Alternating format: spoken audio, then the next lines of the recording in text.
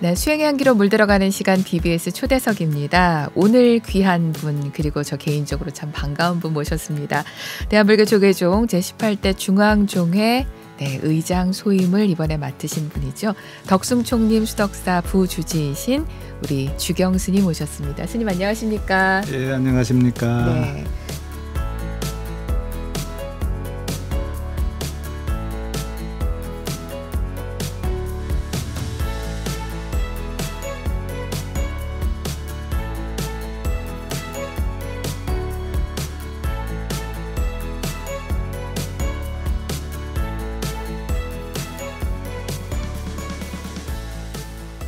스님을 제가 방송국 복도에서 오고 가면서 뵌 지는 굉장히 오래된 것 같은데 이렇게 모시고 인터뷰하는 거는 처음인 것 같아요. 아, 그런가요? 그렇죠. 네, 저는 늘 친근하게 또 생각을 하고 있습니다. 항상 방송에 문자 주심을 감사하게 생각하고 있습니다. 예, 감사합니다. 네, 불교방송 정말 사랑해 주시는 우리 스님이신데요. 초대석에는 처음 모셨습니다. 저희 TV로 함께 하시는 분들, 라디오로 들으시는 분들께 인사 말씀 먼저 부탁을 드리겠습니다. 예, 안녕하십니까. 주경입니다. 불교 방송을 사랑하고 또 불법을 너무 좋아해서 승려로 살고 있습니다. 우리 불교 방송 청취자 여러분들 또 시청자 여러분들이 불교 방송을 사랑하고 불교를 사랑하고 삶에 큰 에너지를 얻었으면 좋겠습니다. 감사합니다. 네, 감사합니다. 스님 조금 늦었지만 일단 축하 인사 먼저 드리겠습니다. 이게 축하라는 게 굉장히 뭐랄까 무거운 소임을 맡으셨는데 그래도 축하로 시작하는 게 맞겠죠? 예, 제18대 대한불교 조계종 이 전반기 중앙종회 의장 소임에 만장일치로 선출이 되셨어요. 지난 11월 9일이었는데 어떤 느낌이셨는지 일단 소감을 먼저 청해 보겠습니다. 예, 종회의원은 우리 종단의 대의기구로서 종도 스님들 또 우리 일반 제거불자들의 마음속에 바라는 일, 또 종단에서 꼭 해야 되는 입법에 대한 일을 담당하고 있고요. 또 종단의 견제라든지 감독, 관리 이런 기능을 갖고 있습니다. 네. 그래서 그동안에 종단 발전을 위해서 다양하게 노력을 해왔고 또 불법 홍보, 포교를 위해서 노력을 해왔는데 종회의장이라고 하는 소임은 저한테는 좀 아직 멀지 않았나 싶었는데 어느덧 세월이 많이 흘렀고 또 이 직책을 감당해야 되는 시기가 온 것 같아요. 그래서 저는 쭉 살아오면서 해야 될 일은 담담하게 행하고 또 누가 하라고 시키는 일은 힘이 되는 만큼 해왔거든요. 종회의장 일도 이렇게 우리 종회의원들의 요구와 또 종도들의 어떤 바람을 잘 받아들여서 열심히 잘 하겠습니다. 네, 그렇게 말씀을 하시니까요, 스님 갑자기 불쑥 드는 그 짓궂은 질문이 뭐든지 그냥 해야 할 일은 담담하게 해왔다.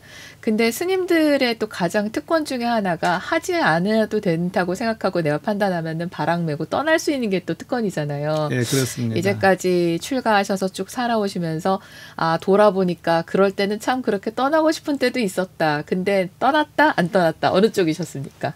저는 해야 될 일은 하고 떠난 편이었다고 생각합니다. 해놓고 떠나는 편. 예. 떠나더라도. 제가 감당해야 될 일, 또 맡은 일 부분에 대해서는 끝까지 책임을 져왔던 것 같아요. 그렇게 했기 때문에 중간중간에 여러 가지 소임을 보셨지만 이제 중앙종회까지 맡으신 그 국가기관으로 말을 하면은 국회의장. 예, 국가에 비교할 건 아니지만 우리 종단으로서는 모든 입법기관의 대표니까 아마 그렇게 볼 수 있겠습니다. 그러면 종회가 어떤 방식으로 이렇게 열리고 진행이 되고 그렇게 되나요? 예, 종회는 매년 이제 11월경에 정기 종회를 해갖고 우리 종단의 예산들 또 감사 사업에 대한 보고를 일체 받고요. 그 다음에 3월경에 이제 결산 종회를 했고 정기적으로 2번이 있습니다. 그리고 그 외에 이제 수시로 현안에 따라서 2번, 3번 또 이렇게 임시회를 개최를 합니다. 예, 종회의원은 현재 우리 종헌에 규정되어 있는데 81명으로 구성이 되어 있습니다. 그중에 50명은 전국의 25개 교구 본사에서 2명씩 뽑아서 50명이 채워지고요. 그러니까 각 본사 지역 대표들이 이제 2명씩 구성이 됩니다. 그리고 또 비구니 스님들 위해서 따로 10명의 비구니 스님들 위한 자리가 마련돼서 비구니 스님 10석이 있고요. 그다음에 20석이 비는데 20석은 그 직능이라 그래갖고 포교, 교육, 행정, 복지, 사회, 문화 이 영역에서 각각 스님들을 2분씩 모셔가지고 직능 대표. 20명의 직능 대표가 있습니다. 그렇군요. 근데 해인사는 특히 대중 스님들이 많아서 네. 한 명이 더 더해졌습니다. 그래서 50명인데 51명으로 늘어났고요. 그래서 총 80명이 돼야 되지만 81명으로 이렇게 구성이 됐습니다. 마치 그 투표권을 가질 때도 인구수와 뭐 이런 걸 비례해가지고서는 인원이 그렇습니다. 선출되는 것처럼 그런 부분이 있군요. 대중이 많은 다른 절들도 있긴 하지만 해인사만큼 확연하게 많지 않기 때문에 이렇게 이제 2명씩 돼 있고 해인사만 3명입니다. 그 이제 전반기 중앙종회를 이끌어 가신다라고 그러면은 몇 년 정도가 2년입니다. 2년 동안. 종회의원이 4년 임기인데 전반기 후반기 나눠서. 그렇군요. 이제 정식적으로 공식 회기가 시작이 된 거. 네, 그렇습니다. 11월 9일 날 회기가 시작됐고 제가 의장으로 이제 취임을 했습니다. 우리 또 그 어르신이신 우리 중봉 성파 대종사 종정리학께서 개원과 관련해 가지고 법어를 또 주신 걸로 그렇게 들었습니다. 어떤 말씀을 주셨는지 조금 소개를 해주신다면.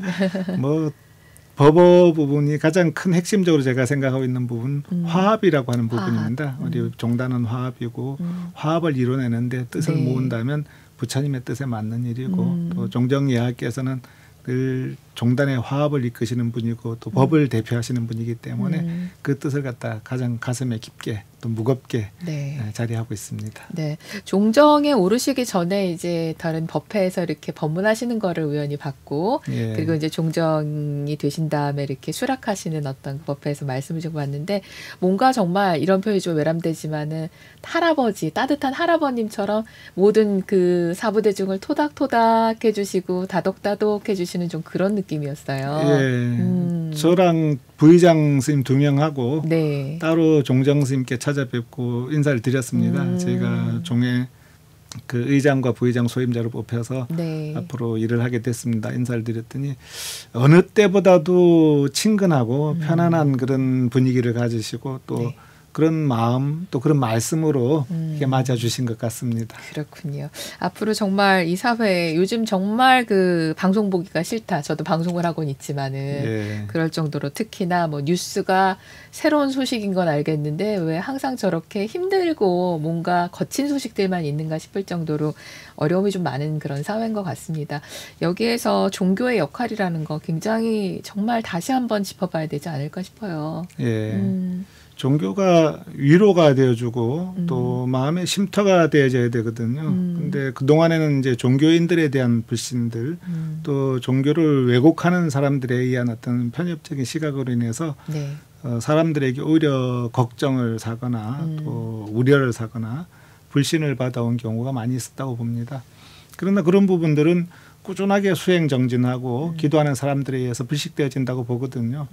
또 내면의 어떤 그런 불신과 불만이 가득 차갖고 종교인들에 대한 어떤 그런 혐오의 마음이나 분노의 마음을 품고 있는 분들도 가끔 느낍니다. 맞아요. 왜 저한테 그렇게 분노의 마음을 갖고 계십니까 하면 그냥 말할 수 없이 싫어요. 그냥 그 자기 속에 뭔가 아마 기대하는 바가 커서 그렇다고 봅니다. 청정했으면 또 믿고 의지했으면 좋겠다 싶었는데 그런 믿음이 배신당하고 어긋나게 되니까 오히려 분노와 불만의 마음을 품지 않았나 싶습니다. 더 노력해가지고 그런 사람들의 마음을 녹여줄 수 있어야 되고 또 크게 안아줄 수 있어야 된다고 생각합니다. 근데 우리 스님 말씀 들으니까요. 사실은 절에는 정말 온갖 대중이 다 오지 않습니까? 그중에는 좋은 마음으로 오는 사람도 있지만 말씀하신 것처럼 나의 어떤 고통이나 분노나 이런 걸 안고 와서 어디다가 쏟아놓을 데가 없어서 온 김에 스님 뵙고선 스님한테다가 막 다 털어놓고 뭔가 그렇게 좀 하고 가는 분들도 많이 계실 것 같고 그다음에 이건 내가 뭔가를 해주길 바라는 게 아니라 그냥 어디다가 이렇게 내던져 버리러 왔구나 뭐 그런 사람도 있을 것 같고 지금까지 아마 수행하시면서 2판 4판 어느 쪽에서든지 간에 많은 경험을 하셨을 것 같은데요. 우리 스님 불자들 이 제가 불자들 대하실 때 그리고 불자가 아닌 또 일반 사람들도 많이 만나시지 않습니까? 그럴 때 무슨 생각을 제일 많이 하십니까? 저는 뭐 사실은 많은 강의를 하고 법문을 하고 다니곤 하지만 가장 좋은 법문, 가장 좋은 강의는 경청이라고 생각합니다. 잘 들어주는 것. 뭐 절에 많은 분들이 와갖고 스님 법문 한 말씀 해주세요. 얘기 좀 듣고 싶어서 왔습니다. 이렇게 와갖고는 자기 얘기만 한 30분, 1시간씩 하는 분이 있어요. 그러면 예, 그래요. 알겠습니다. 그렇죠. 그렇게만 받아주거든요. 예, 옳은 것 같습니다. 그건 좀 그렇게 생각이 다른데 요 정도 대답만 해도 1시간 동안 얘기하고 나서는 선생님 법문 잘 들었습니다 하고 합니다. 그래서 내가 대단한 얘기를 한 거 아닌 것 같은데 다만 그 사람 속에 있는 말을 들어줄 사람이 없었던 거예요. 그래서 그럴 때는 제가 들어주고 꼭 제 말을 듣고자 하고 의문을 품고 있는 사람이라면 얘기를 해주고 하거든요. 그래서 그런 부분들이 아마 우리가 사람을 대하고 만나는 기본 자세가 아닌가 싶어요. 뭐 법문 들으러 왔다 그래서 사실 듣고 싶어서 온 사람보다는 자기 마음을 표출해주고 이해해줬으면 하는 그런 마음으로 오는 게 있고요. 그 마음이 비어졌을 때 비로소 이제 부처님 말씀을 해도 들리고 받아들여지지 않을까 싶습니다. 그러네요. 일단 그거를 기본으로 하고 그럼 이제 중앙종회를 맡으셔서 앞으로 뭔가 그래도 변화는 계속 있어야 되잖아요, 선생님. 그래서 그런 부분에 있어서 뭐 이웃 종교들도 사실 요즘 어떻게 할 것인가에 대한 얘기들을 참 많이 하는데요. 우리 불교, 특히 또 대표 종단으로서 우리도 대한불교 조계종을 어떻게 어느 쪽으로 가야 된다. 나는 좀 이런 부분들을 좀 생각을 하고 계획을 하고 있다라는 부분이 있다면 어떤 게 있을까요? 저는 깨어 있음이 가장 중요하다고 생각합니다. 제가 출가하기 전부터도 그렇고 출가하고 나서도 마음속에서 놓지 않고 있는 이제 부처님의 가르침 하나가 있다면 열반경에도 제일 마지막 가르침이거든요. 세상은 쉼없이 변하고 있다. 게으름 없이 노력하라. 그래서 사실은 수행하는 사람들은 늘 정진하고 사는데 세상의 변화가 무슨 상관이 있지? 그렇게 생각할 수 있거든요. 근데 부처님께서는 그렇게 말씀하셨어요. 세상은 끝없이 변한다. 쉼없이 변하는데 수행자들은 깨어 있어야 된다는 거예요. 그 변화에 따라갈 수 있어야 되고 변화를 이끌어갈 수 있어야 되고 변하는 세상의 중생들을 제도할 수 있어야 된다는 거거든요. 그건 결국 깨어 있는 것이고 또 현대적 언어로 한다면 호기심 충만해야 되고 또 모험심이랄까요. 도전하는 마음이 있어야 된다고 봅니다. 변하는 세상에 내가 너끈히 적응하고 급변하는 세상을 살아가는 사람들을 갖다가 손을 내밀어서 잡아줄 수 있는 그런 지혜와 그런 자비심, 포용력이 있어야 된다고 보거든요. 그래서 우리 종회는 기존의 2500년의 전통을 옹호하고 수호하는 것도 중요하긴 하겠지만 현대의 세상을 갖다 살아가는 중생들, 또 우리 종단 불자들을 위해서도 늘 깨어 있으면서 함께 생활해 나가고 시대의 변화에 발맞춰서 아니면 시대의 변화를 이끌어가면서 불법을 전할 수 있고 공유할 수 있는 것들. 그야말로 급변하는 세상으로 인해서 고통받고 방황하는 중생들에게 불교적인 가르침을 갖다 전해줄 수 있는 그런 고민을 해야 된다고 보고요. 그래서 우리 종회의원들이 늘 깨어 있도록 노력하고 또 종단의 가장 든든한 지지층이 될 수 있도록 그런 노력을 하려고 합니다. 그리고 그렇군요. 뭔가 요구하는 의원 스님들이 어떤 의지가 있다면 의장으로서 힘껏 밀어주고 또 제가 끌어줘야 되면 힘껏 끌어주겠다고 약속을 했습니다. 방송 많이 들으시거든요, 스님들. 일요일 아침에 라디오로 나가면은 그렇게 전화를 많이 받으신대요. 그러고 나서 이제 조금 있다가 TV로 또 나가면 또 전화 많이 받으신다고 하는데 아마 우리 종회 스님들께서 많이 듣고 계시지 않을까. 뭐 많이 전화해 주시면 또 가능한 한 다 받아 안도록 노력하겠습니다. 스님 말씀 속에서 그 부처님 말씀이 깨어있으라는 그 말씀을 저는 한편으로는 그냥 뭐 쉼없이 정진하고 항상 정신을 맑게 가지고 앞으로 나가라 그 정도로만 자꾸 해석을 했었는데 그게 아니라 깨어있고 세상을 바라보고 세상과 함께 호흡하고 그 변화를 두려워하지 말고 함께 뭔가 해결 방안을 모색하자. 그렇게 이해를 하는 게 요즘 세상에는 좀 더 적극적인 해석이 아닐까 싶네요. 2500년 전 부처님도 그러셨고요. 가장 진취적이고 인간의 가장 근본 문제에 대해서 두려움 없이 도전하셨고 그 문제를 해결하신 분이 부처님이시거든요. 그리고 그런 문제들 누구도 내 법을 알아듣기 힘들 것이다. 그렇죠. 그런 남담한 생각을 가졌지만 그 중생들에게 법문을 하시고 손을 내미셨거든요. 지금 2500년 이후에 지금 21세기를 산 우리도 그런 어떤 자신감 또 그런 확실한 진취적인 태도를 가질 필요가 있지 않을까 생각을 합니다. 그렇군요. 그리고 사실 생각해보면 이제 뭐 상월선언, 상월결사가 3주년을 맞았는데 솔직히 2020년도에 무문관 수행하실 때만 해도 그냥 한 번 이렇게 하고서는 길에서 수행하는 거를 보여주시는 걸로 끝나나 보다 했는데 이게 3년의 결사로 이렇게 이어져 왔습니다. 그래서 이제는 또 이번에 또 취임하신 총무원장 진우스님께서도 이런 부분에 대해서 함께 가지고 가야 될 정신이다라고 말씀하셨는데요. 그런 부분, 새로운 어떤 수행 문화를 선도하는 부분에 대해서 우리 스님께서도 고민 많이 하시고 생각 많이 하셨을 것 같아요. 예, 뭐 의장 취임사 때도 잠깐 언급을 했습니다. 네. 우리 스님들의 삶 속에서 근본으로 돌아가자 하는 이게 이제 결사 정신이거든요. 그렇죠. 보조 스님의 이제 정의결사도 그랬고 또 근현대는 경허 스님께서 수선 결사를 참선 수행하자는 결사를 하셨고 또 봉암사 결사를 했고 성철 스님을 비롯한 스님들이 결사를 하셨습니다. 근데 이제 상월 결사는 스님들로부터 시작됐지만 지금 현재는 한국 불교 전체에 영향을 미치고 있는 수행 결사 또 정진 결사, 포교 결사로서 자리하고 있거든요. 저는 그게 굉장히 의미가 있다고 봅니다.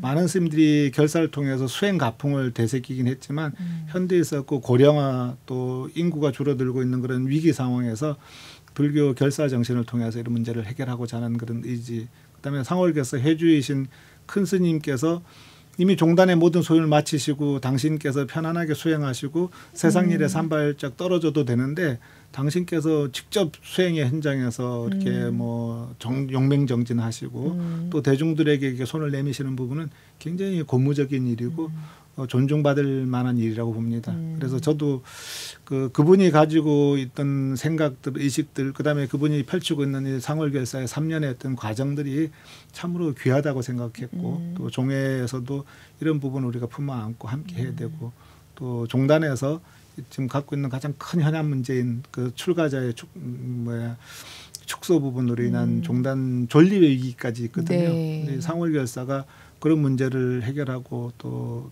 이겨나가는데 굉장히 중요한 분기점이 될 거라고 봅니다. 제가자들 입장에서는 그런 것 같습니다. 그 천리길 걸어서 삼보사찰 순례를 했을 때 거기 이제 다큐멘터리 더빙을 하면서 보니까 이걸 걸어온 것은 오롯이 나만의 것이다라는 표현을 어떤 분이 하시더라고요. 그래서 아 그렇구나. 우리는 그냥 이렇게 보면서 아유도 잘 걸으셨네. 거기를 또 그렇게 걸어서도 가셨네 하지만은 거기 정말 내 발로 한 발 한 발 걸어간 그 경험과 그 감동과 그 느낌이라는 것은 그 사람만이 또 간직하고 있는 그런 부분이잖아요. 그걸 통해서 내가 다음 단계로 나 스스로 한 발 나갈 수 있는 뭔가를 갖다가 마련할 수 있다면은 아 이게 헛되지 않은 시간들이 될 것이다. 누군가 개개인에게 좀 그런 생각을 했던 기억이 있습니다. 예, 저도 처음에는 그 몇 분들의 의지가 참 훌륭하다, 귀하다 생각했는데 많은 제가불자들 또 비불자들조차도 굉장히 열광을 하고 또 동행을 하고 하는 걸 보고는 아 이게 단순하게 우리가 그냥 한 편의 일로 봐서는 안 되겠구나. 우리 종단 전체가 품어 안고 같이 고민하고 같이 행동하는 게 좋겠구나 하는 생각을 하게 됐습니다. 네, 다 함께 갈 수 있는 그런 정말 화합의 21세기 제대로 된 불교가 되고 제대로 된 대한민국 됐으면 좋겠다 싶습니다.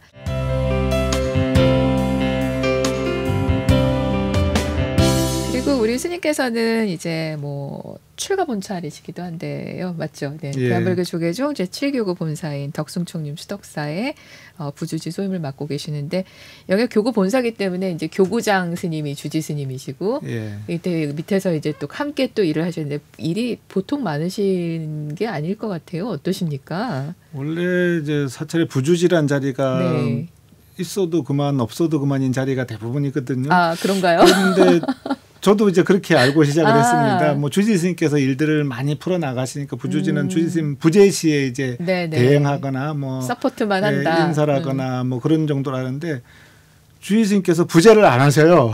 그래서 늘 계시거든요. 그러면서 당신이 해야 될 일을 많이 만들어 놓고는 저한테 이제 떠넘기시는 거예요. 이렇게 보면. 했으니까 이거 하나 하고 또 하나 하고 그래서 제가 2015년부터 수덕사에서 살기 시작했는데 매월 이제 일요법회를 하나씩 맡았는데 한 번도 빠진 적이 없고요. 이제 코로나로 해서 한 두세 달 쉰 거 외에는 한 번도 빠진 적이 없고 그다음에 또 우리 수덕사 복지법인이 있는데 약 10여 개의 그 시설들을 수탁에서 운영하고 있습니다. 직영하는 이제 요양원도 있고요. 근데 그걸 제가 이제 복지법인 대표이사를 맡아가지고 또 그걸 또 다 맡아서 하고 있고요.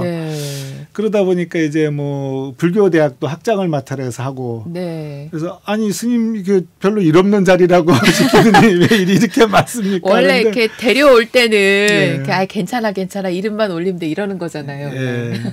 그래서 부처님 밥값하는 게 참 만만한 일이 아니구나. 저는 어쨌든 부처님 밥값이 절대 가벼운 밥값이 아니라서 밥도 좀 덜 먹어야 되겠다 생각하긴 하지만 먹은 만큼 밥값은 하자 그러는데 요즘 밥값 하느라고 제가 애를 좀 먹고 있습니다. 그리고 또 본사 일이니까 제가 출가해서 네. 행자 때부터 성장해오고 자란 곳이라서 뭘 하더라도 저는 만족하고 즐겁습니다. 네, 수덕사를 한 번씩 갔다 오시는 분들은 갈 때마다 예뻐지고 절이 정갈해지고 모든 것들이 여법해지고 편안해진다 그런 말씀들을 하시더라고요. 그래서 참 좋구나. 저도 뭐 자주는 못 가봤지만은 예전에 갔던 기억으로 거기 이러이러하지 않으면 그거보다 훨씬 더 좋아졌다. 이런 말씀들을 하셔서 수덕사 참 그리운 곳이다라는 생각을 합니다. 가끔. 정말 좋은 곳입니다. 뭐 요즘 겨울이라서 해가 짧아졌는데요.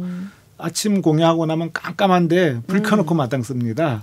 그래서 그 외등 불빛에 의지해서 스님들이 매일 마당을 쓸고 네. 또 겨울이라서 이제 바로 공양하기에 여건이 너무 안 좋거든요. 그래서 이제 대중 식당에서 네. 탁자에 바루를 펴서 아침마다 바루 공양을 하거든요. 그래서 템플스테이로 오거나 밤 새워서 기도한 불자님들은 와보면 스님들이 탁자에 앉아서 바로 공양하는 걸 보고 스님들이 방에 앉아서 하시더니 이 수덕사에서는 탁자에서도 하시는구나 하고 누구든지 와서 볼 수가 있거든요. 그래서 그런 모습을 보고는 이 30여 명 대중이 이렇게 여법하게 살고 있구나 하는 걸 보고는 굉장히 새로운 신심을 일으키곤 하거든요. 그래서 저는 대한민국에 좋은 절들이 많지만 수덕사가 제일 좋습니다. 네. 한 번쯤 가신다면은 우리 덕수총님 수덕사에 가셔가지고서 우리 스님 말씀하신 그 대중공양처 가서 여기구나 가서 또 맛있는 또 공양도 하시고 밥 맛있거든요. 그렇죠? 또 템플스테이도 하니까요. 그렇게 와서 또 쉬었다 가셔도 좋고. 그래서 산에서 이렇게 내려다보는 그런 풍광들도 즐기시고 새벽 예불에도 참석해 보신다면 정말 환희심이 날 것 같습니다. 자, 우리 스님 여태까지 이렇게 쭉 해오셨는데요. 뭐 계속 여쭤봤지만은 돌아보면 힘든 것도 많았지만은 보람도 참 많으실 것 같아요. 지금까지 많은 종단의 일들을 하시면서 딱 돌아보니까 이제 중앙종회를 맡으셨으니까 그걸 이제 더 크게 키워가셔야 되겠지만은 지금까지 내가 했던 일 중에서 이거는 그래도 참 지금 생각해도 내가 뿌듯하다 이런 게 있으시다면은 뭐가 있을까요? 저는 뭐 몇 가지 참 의미 있는 일들이 있었는데 그 중에 가장 대표적인 거는 이제 템플스테이를 제가 시작했다는 부분으로 볼 수 있을 것 같습니다. 스님 20주년이 됐잖아요. 네. 2000년도에 제가 이제 포교국장이라고 하고 2001년도에 이제 소임을 볼 때 2002년 월드컵을 우리나라가 유치하게 되면서 일본하고 그래서 대한민국 정부에서도 그렇고 사회적으로 우리 전통 문화를 알릴 수 있는 게 없을까 또 숙소도 많이 부족하다 그런 게 있어가지고 불교계 협조 요청을 했어요. 문화관광부에서. 그때 사찰에서는 이제 한참 수련회를 많이 운영하고 또 신조들이 와서 이제 수행 정진하는 프로그램이 있었는데 그때까지는 사찰 수련회라 그랬죠. 아주 뭐 굉장히 1080배 뭐 참선 하루에 몇 시간씩 하는 굉장히 강도 높은 수행 프로그램이 있었는데 그거를 이제 외국인들을 위한 이제 템플스테이로 전환시키고 템플스테이라고 하는 아이디어를 여러 사람들이 모았어요. 그래서 이제 그 아이디어가 모아졌는데 누가 하는 게 좋겠느냐 했을 때 저희가 포교국장을 하면서 전국의 수련 대회를 운영하는 사찰들 정보를 수집해갖고 공개하고 소개하는 프로그램이 있었거든요. 그러다 보니까 포교국장 주경스님이 적격이다. 그래서 이제 2002년도에 월드컵 시작할 때 제가 초대 이제 템플스테이 사무국장을 맡아서 이제 템플스테이를 기획하고 조직하고 자원봉사자, 지도자들 양성해내고 사찰 선정하고 그렇게 시작을 했죠. 그때는 2002년 한 해만 할 줄 알았는데 지나가고 나니까 그게 대한 평이 너무 좋고 또 요구하는 사람들이 많아져서 이렇게 20년을 맞이했는데 대한민국을 대표하는 문화 프로그램 또 체험 프로그램 또 불교계를 상징하는 프로그램으로 발전했습니다. 템플과 스테이를 따로 떼놓고 보면 그냥 일반 영어 단어인데 이거를 붙여서 템플 스테이 되면은 한국의 코리안 트레디셔널 정말 전통 문화를 상징하는 그런 게 됐거든요. 그러니까. 중국이나 일본도 같은 유산 프로그램이 있지만 템플스테이 그러면 바로 대한민국으로 그냥 직결되는 맞습니다. 그런 개념으로 성장한 것 같아요. 코로나 기간 동안에 템플스테이를 못 와가지고선 힘들어하는 외국인 친구들 얘기들을 여기저기서들 많이 하더라고요. 그래서 템플스테이 언제 다시 하느냐. 그래서 기다려라. 비행기만 뜨면 우린 곧 다시 한다. 막 그랬는데 이제는 또 다시 함께 할 수 하고 있겠네요. 있습니다. 예. 어린이들도 참 많이 가는 것 같습니다. 제가 아는 꼬마들도 어느 사찰에 그 철만 되면 분기별로 템플스테이를 가더라고요. 그래서 저를 그렇게 좋아하는구나 그랬더니 중요한 건 그게 아니라 주지스님이 피자를 구워주신대요. 그래서 이런 템플스테이도 있구나 했어요. 그 때에 따라서는 솜사탕을 만들어주는 절도 있고요. 팝콘을 튀겨주는 데도 있고 스님들이 현대의 흐름을 함께 하려고 하는 그런 노력들 고민들이 꽤 많습니다.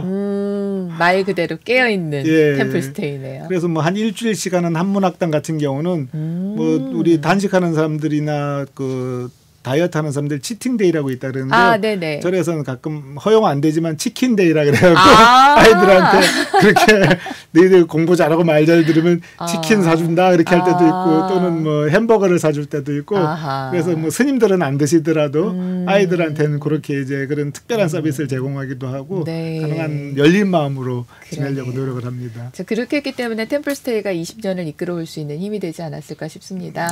앞으로도 정말 그렇게 모두가 함께 할 수 있는 뭐 불교 저는 불교는 아닌데요. 점점점 하더라도 그 다음에는 불교와 한국의 전통 불교 문화를 끌어안고 함께 갈 수 있는 그런 문화를 좀 더 만드는데 우리 스님께서 항상 앞장서 주시면 좋을 것 같아요. 불교 방송도 마찬가지인 것 같습니다. 제가 방송을 자주 듣다 보면 저는 뭐 천주교인인데요, 기독교인인데요, 무종교인인데 불교 방송 너무 좋습니다 소리를 듣거든요.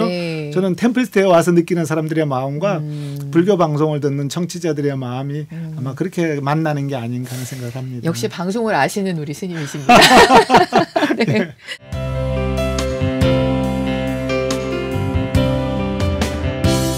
네, BBS 불교방송 초대석 함께하고 있습니다. 오늘은 제18대 중앙종회의회 의장에 선출되신 수덕사 부주지 소임을 맡고 계신 주경 스님 모시고 함께하고 있는데요. 항상 이 질문 드릴 때 제가 드리는 말씀, 원래 안 하는 건데 BBS 초대석에서는 꼭 드리는 질문. 어떻게 출가해서 부처님 제자가 되셨습니까? 저는 고등학교 시절부터 불교 학생의 인연이 있었습니다. 제 바로 위에 있는 형님이 불교 학생을 다녔는데 제 고등학교 입학식 하는 날 축하한다고 오더니 입학식 끝나고 절에 데리고 가더라고요. 가자. 그래서 뭐 그 형님께서는 지금도 그런 말씀하십니다. 스님이 출가 안 했으면 내가 출가했을 건데 스님이 먼저 출가하는 바람에 내가 출가를 못했다. 그래서 고등학교 시절부터 절에 다니면서 스님들 법문을 즐겨 들었고 또 그게 신심의 뿌리가 박힌 것 같아요. 그래서 그 인연으로 이제 동국대학교 불교대학 진학을 하게 됐고 원래 진학하면서 출가를 하려고 했었거든요. 근데 대학에 가보니까 젊은 청년이 하고 싶은 일들이 너무 많더라고요. 할 게 많죠. 네. 물론 불교대학을 다녔지만 불교 학생 활동도 하고 수련회도 가고 같이 놀러도 다니고. 그럼요. 4년 시간 가는 줄 모르고 어쨌든 원 없이 지냈던 것 같아요. 졸업할 무렵 되니까 뭘 하지? 어떻게 할까 하니까 다시 출가의 마음이 일어났습니다. 뭐 하고 싶은 일은 굉장히 많았지만 제일 먼저 일어났던 생각, 제일 강했던 생각, 절에 가서 살아보자. 그래서 그때만 해도 뭐 한 3년만 살아볼까? 길면 한 5년 살아볼까? 그래서 부모님께서도 저 한 3년만 살고 나올게요. 그렇게 하니까 그리려나 하시고는 이제 그나마 흔쾌하지는 않았지만 허락을 받고 이제 출가한 케이스거든요. 많은 스님들이 그때만 해도 야밤도주하고 몰려오고 했는데 그 태백산맥 넘어가시잖아요. 넘어가서 못 찾아오는 데가 출가하신다고. 그때는 뭐 출가한 사람 체포조가 돼갖고 잡아가고 데려가고 하는 경우가 많았는데 저는 허락을 받고 출가를 했습니다. 근데 와보니까 하룻밤 자고 그 다음날 새벽이 되었고 예불 나가는데 야 내가 제대로 길을 찾아왔구나 하는 생각이 들더라고요. 그 순간 이게 아마 나한테 열린 유일한 길이 아닌가 하는 생각이 들었어요. 그래서 3년 지나고 어머니께서 왜 안 나오냐. 5년 지나고 왜 안 나오냐. 너 처음에 말했던 거랑 다른데 10년 되니까 이제 10년만 채우고 나오지 그렇게 하셨는데 그러면 이미 마음은 다른 길이 없었어요. 그래서 청소년 시절에 들었던 그 스님들의 법문 또 스님들의 모습들이 가장 아름답게 비쳤고 가장 내가 해보고 싶은 일들이었고 네. 그다음에 이 길에 들어오고 나서는 이 길 말고 다른 길들이 눈에 들어오지 않았어요. 전혀 유혹이 없었던 건 아니지만 그게 해지고 나서 잠들려고 하면 역시 내가 잘 선택을 했지.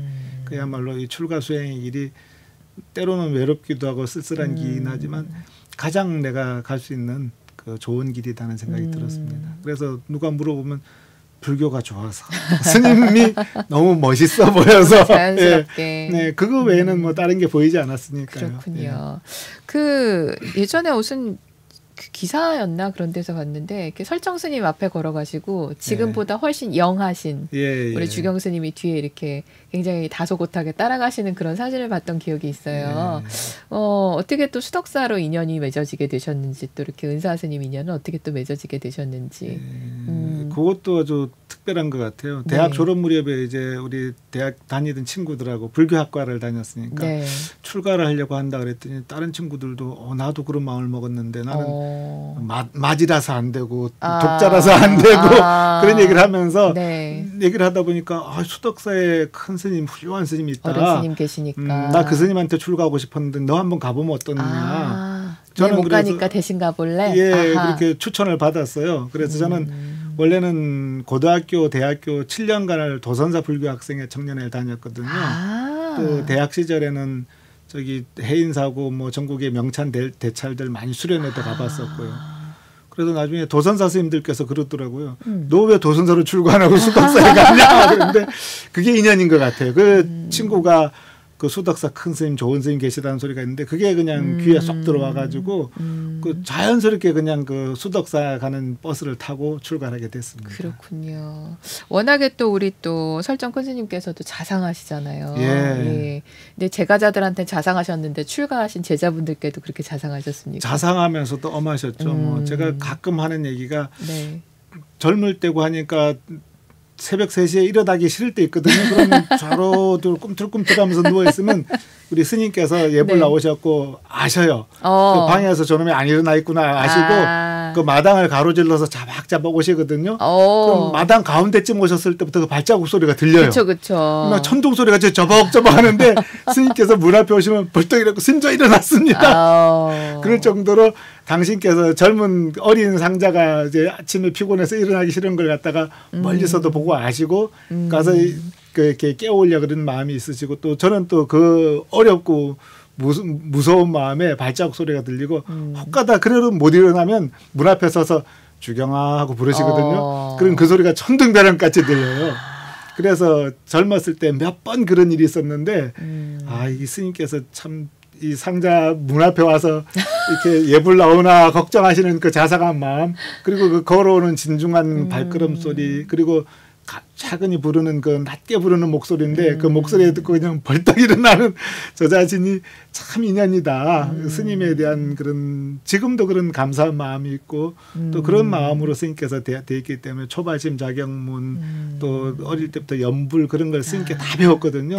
본사 주지에서 하셨는데도 그 행자들에게 그 강의하는 걸 갖다가 이렇게 불편해하지 않으시고 귀찮아하지 않으시고 연불 한마디 들려주려고 새벽에 종치면서 직접 연불 소리 들려주시고 또 도량 목탁도 직접 치고 들려주시고 그리고 나중에 보니까 본사 스님 중에 주지 스님 중에 그렇게 하는 분이 없었어요. 근데 당신께서 그 행자들에게 어린 스님들한테 보여주려고 도량 목탁을 직접 도시고 새벽 종을 치면서 연불을 하시고 축원을 빼놓지 않고 하시고 이렇게 하는 거다. 지금 와서 보니까 아유 스님이 왜 그런 일을 하셨는지 모르겠어요. 저희가 이제 그걸 해야 되니까 그래서 예불 때마다 나가서 그렇게 젊은 사람들한테 연불이 이렇게 여법하게 돼야 된다. 예불을 이렇게 여법하게 해야 된다는 모습을 제가 또 보여줘야 되니까요. 그 어른 스님의 그 그림자가 그렇게 큽니다.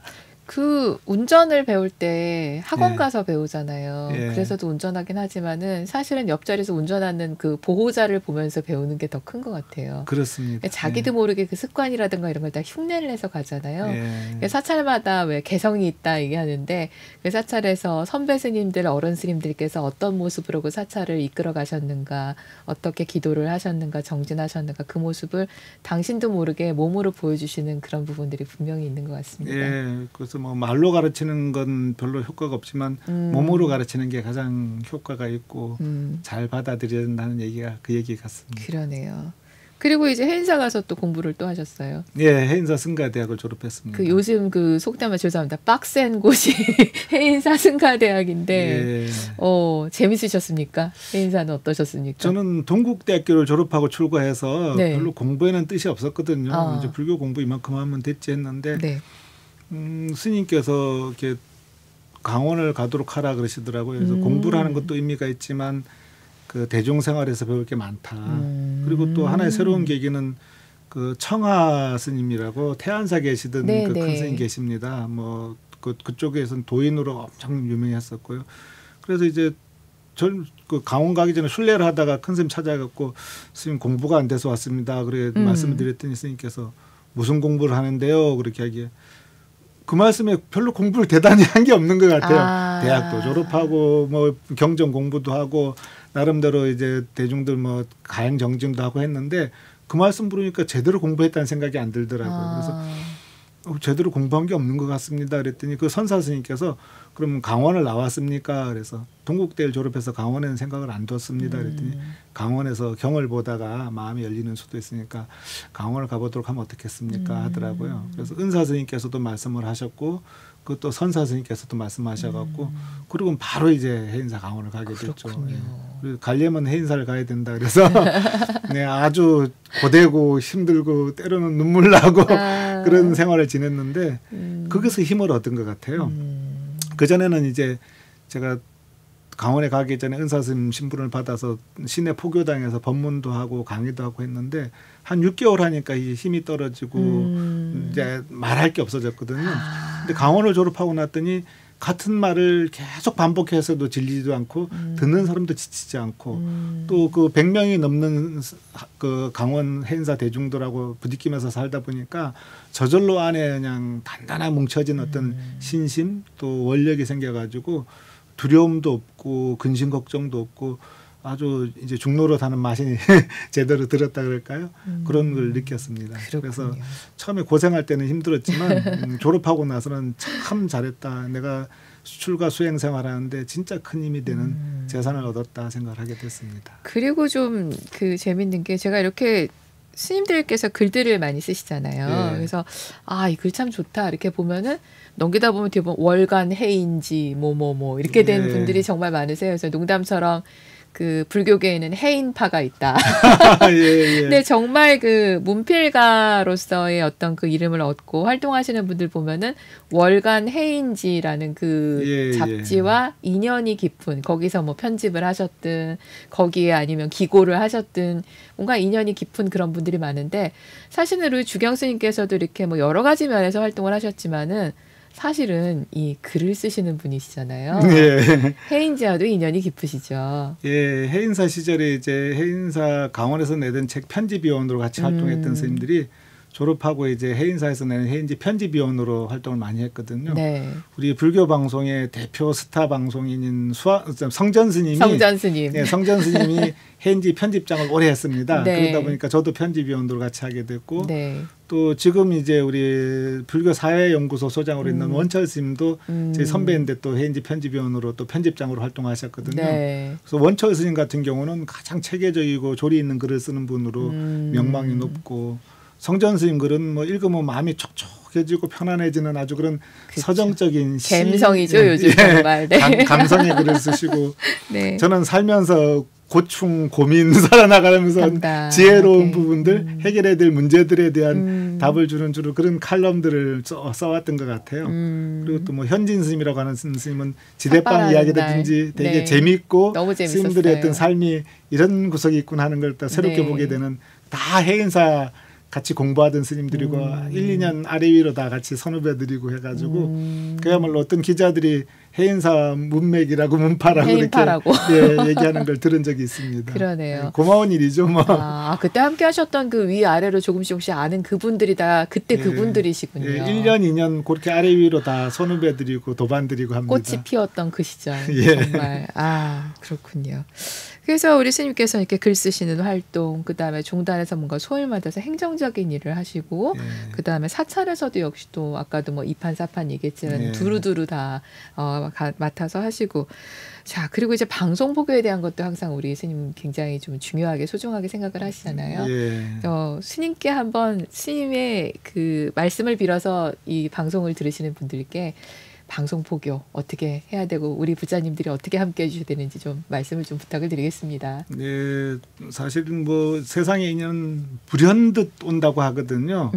내가 생각하지 않았는데 문득 앞에 와 있는 경우도 있고 마음을 비워놓고 그냥 멍하니 있는데 문득 귀에 들리거나 눈에 띄는 수가 있거든요. 네. 저는 방송이 그렇다고 봅니다.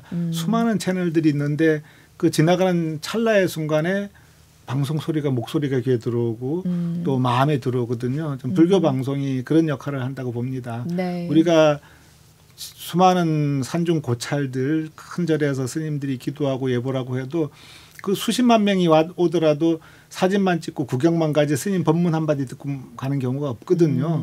근데 이 방송은 대한민국 전체에 그런 어떤 전파를 뿌리고 불현듯 다가오는 인연들의 그 인연의 씨앗을 갖다 전파하고 있거든요. 네. 가끔 그럽니다. 민들레 꽃이 펴서 다 흩어져고 아무것도 안 남는 것 같아도 곳곳에 민들레 씨가 싹이 나서 민들레 꽃이 핀다. 저는 불교 방송이 그런 역할을 한다고 봅니다. 민들레 꽃이가 다 날려서 사라지는 것 같지만 다 싹을 튀어서 꽃을 피우듯이 불교 방송의 전파들이 날아가서 사람들 어느 순간 귀에 닿고 마음에 닿고 또 눈에 닿고 해가지고 불심을 일으켜 세우고 또 불심을 갖다 키워내는 성불의 도에 이끄는 그런 계기가 되지 않을까 생각해서 아주 귀하고 고맙게 생각을 합니다. 감사합니다. 선생님. 더 열심히 하겠습니다. 네.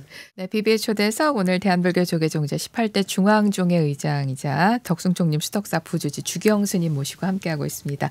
자, 이번 순서는 사랑하는 버세계라는 순서인데요. 살아가면서 우리 스님께 있어서 인생의 나침반 또는 뭐 친구 또는 뭐 이끌어주는 그 누군가가 있으실 것 같아요. 자, 변함없는 BBS 초대석의 시그니처 질문입니다. 우리 주경 스님께 내 인생의 한 사람은 누구입니까?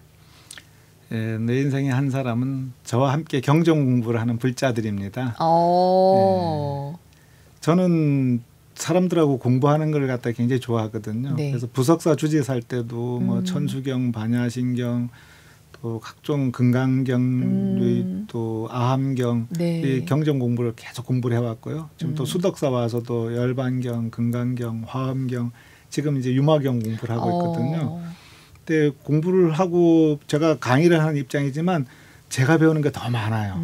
그래서 함께 공부해주는 불자님들 덕분에 이분들에게 내가 알기 쉽게 또 정확하게 전달해야 되니까 제가 그냥 가볍게 읽어 넘기는 게 아니라 깊게 읽어야 되고 설명해 주실 만큼 바르게 이해를 해야 되니까 그래서 그 불자님들이 나한테 큰 스승이다. 그래서 이제 좀 한철 쉬었으면 좋겠다 싶은데 또 공부하자고 연락이 와요. 그럼 며칠 좀 쉬었다가 좀 하죠. 이렇게 했고 지금도 이제 유마경 공부를 하고 있거든요. 네. 이제 서울에 소임을 맡으면서 바빠져 갖고 힘들긴 하지만 뭐 제가 어떨 때는 한 30분 늦게 가더라도 같이 읽고 계세요. 제가 가서 같이 공부하겠습니다 해서 하는데 그래서 저랑 같이 공부를 하는 불자님들 저한테 공부를 같이 하자고 요청하는 불자님들이 저한테는 부처님만큼이나 아주 귀한 분들이고 저를 이렇게 나태하지 않게 게으르지 않게 공부시키는 보살이라고 생각을 합니다.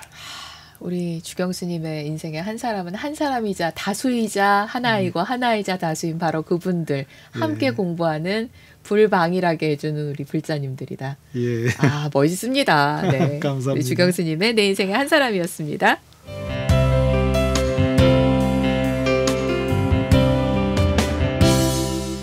네, 오늘 초대석은 대한불교 조계종제 18대 중앙종의 의장이시고요. 덕숭총림 수덕사 부주지이신 그리고 불교방송과 오랜세월 함께해 주신 우리 주경 스님이었습니다. 스님 너무나 오늘 저는 편안하고 즐겁고 행복한 시간이었어요. 예, 저도 장소연 아나운서 방송 너무 좋아하고 즐겁게 듣고 있습니다. 오래도록 방송해 주시고 네. 또 많은 청취자들, 시청자들에게 즐거움 주시기 바랍니다. 네, 우리 스님께서도 언제든지 저희가 또 이렇게 모시면 나오셔서 이렇게 다정하게 처처마다 대기설법 하시듯이 좋은 말씀 많이 주시기를 항상 기대를 하겠습니다. 네, 그렇게 하겠습니다. 네, 스님 건강하시고요. 네, 감사합니다. 네, 감사합니다.